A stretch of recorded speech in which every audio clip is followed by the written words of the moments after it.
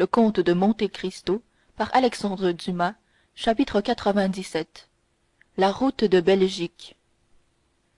Quelques instants après la scène de confusion produite dans les salons de M. danglars par l'apparition inattendue du brigadier de gendarmerie et par la révélation qui en avait été la suite, le vaste hôtel s'était vidé avec une rapidité pareille à celle qu'eût amenée l'annonce d'un cas de peste ou de choléra morbus arrivé parmi les conviés.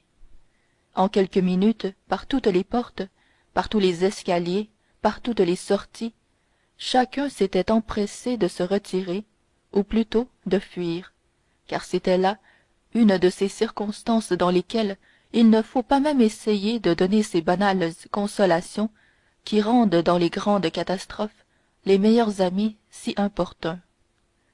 Il n'était resté dans l'hôtel du banquier que danglars, enfermé dans son cabinet, et faisant sa déposition entre les mains de l'officier de gendarmerie.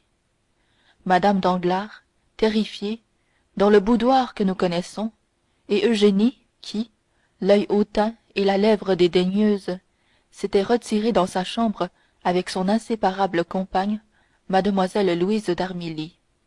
Quant aux nombreux domestiques, plus nombreux encore ce soir-là que de coutume, car on leur avait adjoint, à propos de la fête, les glaciers, les cuisiniers et les maîtres d'hôtel du café de Paris, tournant contre leur maître la colère de ce qu'ils appelaient leur affront, ils stationnaient par groupes à l'office, aux cuisines, dans les chambres, s'inquiétant fort peu du service, qui d'ailleurs se trouvait tout naturellement interrompu. Au milieu de ces différents personnages frémissant d'intérêts divers, deux seulement méritent que nous nous occupions d'eux. C'est mademoiselle Eugénie danglars et mademoiselle Louise d'Armilly. La jeune fiancée, nous l'avons dit, s'était retirée l'air hautain, la lèvre dédaigneuse, et avec la démarche d'une reine outragée, suivie de sa compagne, plus pâle et plus émue qu'elle. En arrivant dans sa chambre, Eugénie ferma sa porte en dedans, pendant que Louise tombait sur une chaise. Oh mon Dieu, l'horrible chose, dit la jeune musicienne. Et qui pouvait se douter de cela? Monsieur Andrea Cavalcanti, un assassin, un échappé du bagne, un forçat. Un sourire ironique crispa les lèvres d'Eugénie. En vérité, j'étais prédestinée, dit-elle. Je n'échappe au morcerf que pour tomber dans le Cavalcanti. Oh, ne confonds pas l'un avec l'autre, Eugénie. Tais-toi, tous les hommes sont des infâmes, et je suis heureuse de pouvoir faire plus que de les détester. Maintenant, je les méprise. Qu'allons-nous faire? Demanda Louise. Ce que nous allons faire? Oui. Mais ce que nous devions faire dans 3 jours, partir. Ainsi, quoique tu ne te maries plus, tu veux toujours? Écoute, Louise, j'ai en horreur cette vie du monde ordonnée, compassée, réglée comme notre papier de musique. Ce que j'ai toujours désiré, ambitionné, voulu, c'est la vie d'artiste, la vie libre, indépendante, où l'on ne relève que de soi, où l'on ne doit de compter qu'à soi. Rester, pourquoi faire? Pour qu'on essaie d'ici à 1 mois de me marier encore? À qui? À M. Debray peut-être, comme il en avait été un instant question? Non, Louise, non. L'aventure de ce soir me sera une excuse. Je n'en cherchais pas, je n'en demandais pas. Dieu m'envoie celle-ci, elle est la bienvenue. Comme tu es forte et courageuse, dit la blonde et frêle jeune fille à sa brune compagne. Ne me connaissais-tu point encore? Allons, voyons, Louise, causons de toutes nos affaires. La voiture de poste est achetée, heureusement, depuis 3 jours. L'as-tu fait conduire où nous devions la prendre?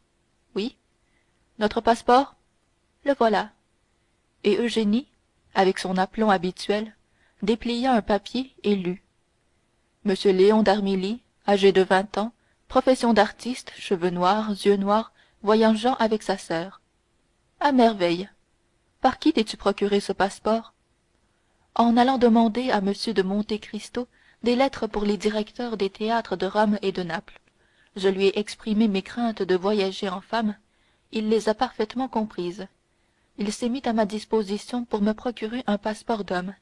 Et 2 jours après, j'ai reçu celui-ci, auquel j'ai ajouté de ma main, voyageant avec sa sœur.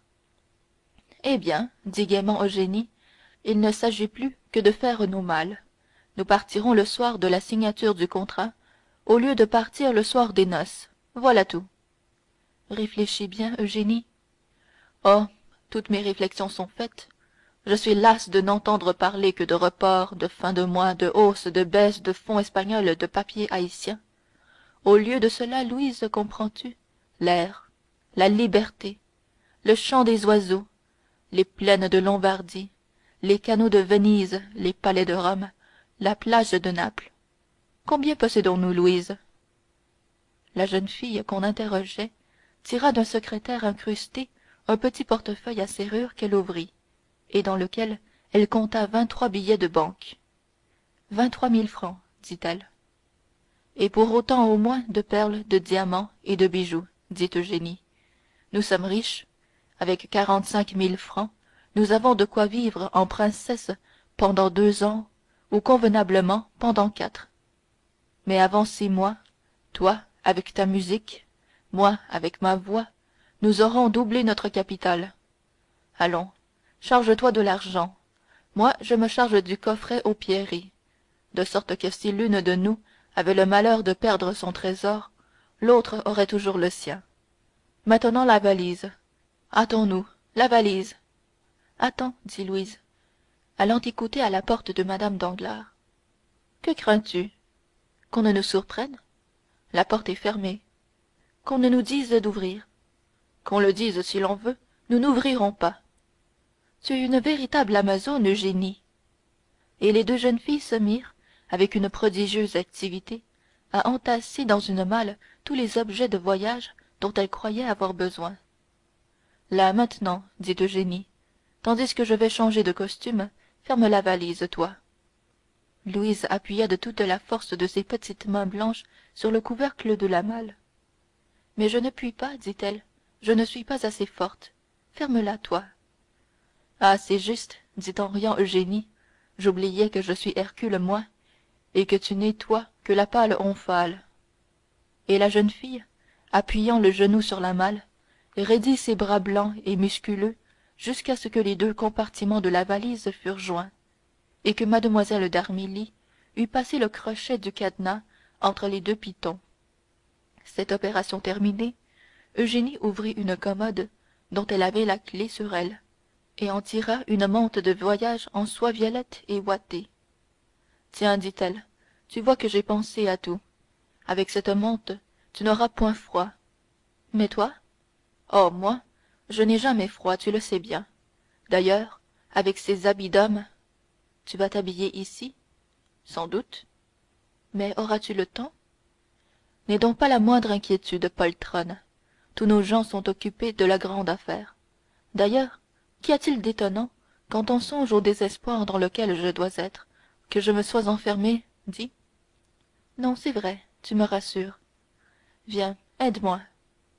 Et du même tiroir dont elle avait fait sortir la mante qu'elle venait de donner à Mlle d'Armilly, et dont celle-ci avait déjà couvert ses épaules, elle tira un costume d'homme complet, depuis les bottines jusqu'à la redingote, avec une provision de linge où il n'y avait rien de superflu, mais où se trouvait le nécessaire. Alors, avec une promptitude qui indiquait que ce n'était pas sans doute la première fois qu'en ce juin elle avait revêtu les habits d'un autre sexe, Eugénie chaussa ses bottines, passa un pantalon, chiffonna sa cravate, boutonna jusqu'à son cou un gilet montant, et endossa une redingote qui dessinait sa taille fine et cambrée. Oh, c'est très bien, en vérité, c'est très bien, dit Louise, en la regardant avec admiration. Mais ces beaux cheveux noirs, ces nattes magnifiques, qui faisaient soupirer d'envie toutes les femmes, tiendront-ils sous un chapeau d'homme comme celui que j'aperçois là? Tu vas voir, dit Eugénie.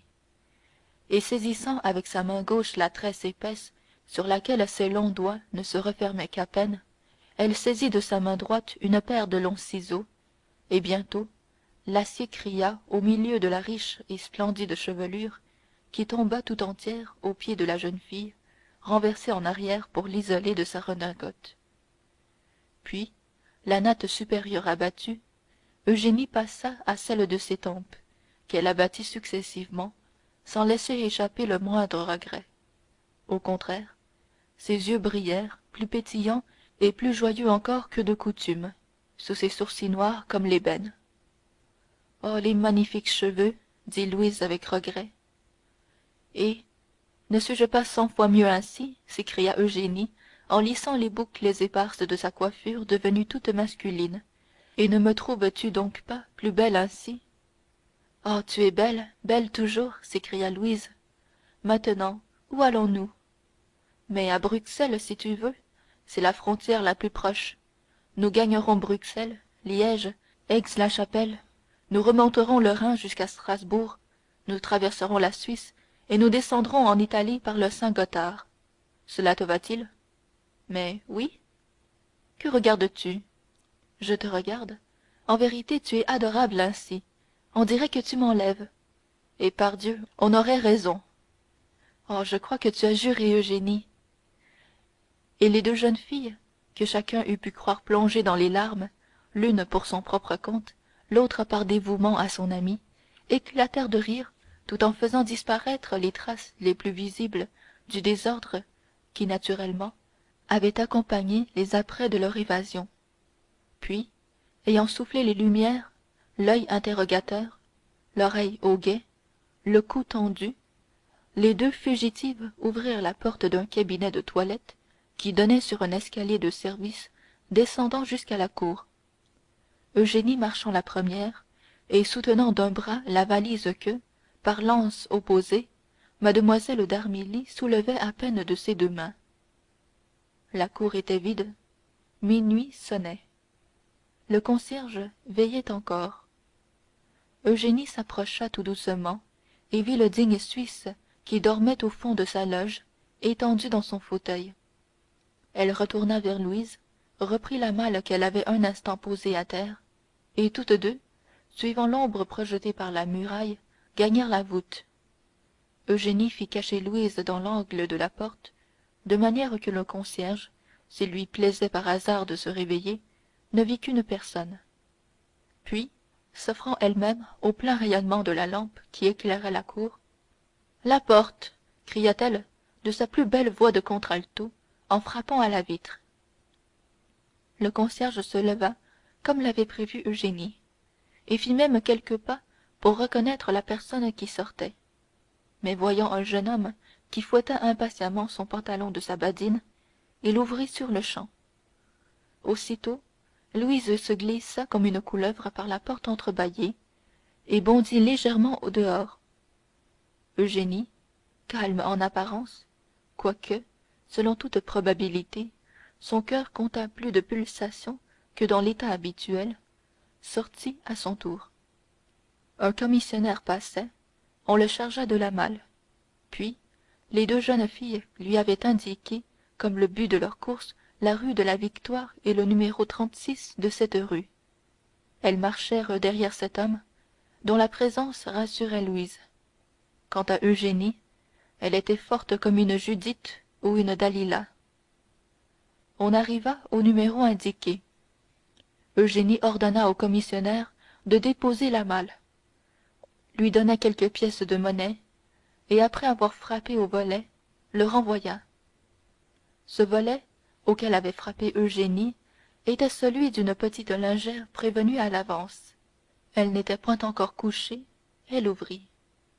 Mademoiselle, dit Eugénie, faites tirer par le concierge la calèche de la remise, et envoyez-le chercher des chevaux à l'hôtel des postes.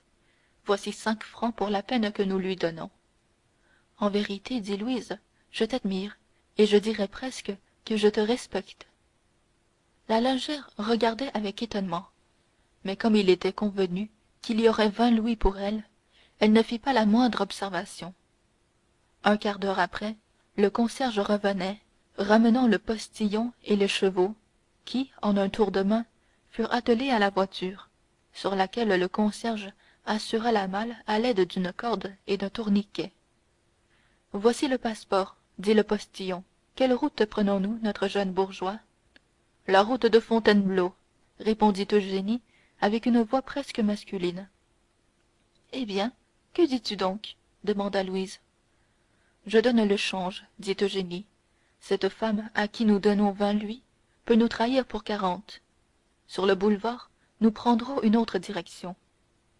Et la jeune fille s'élança dans le briska établi en excellente dormeuse, sans presque toucher le marchepied. Tu as toujours raison, Eugénie, dit la maîtresse de chant en prenant place près de son amie. Un quart d'heure après, le postillon, remis dans le droit chemin, franchissait, en faisant claquer son fouet, la grille de la barrière Saint-Martin. Ah, dit Louise en respirant, nous voilà donc sortis de Paris.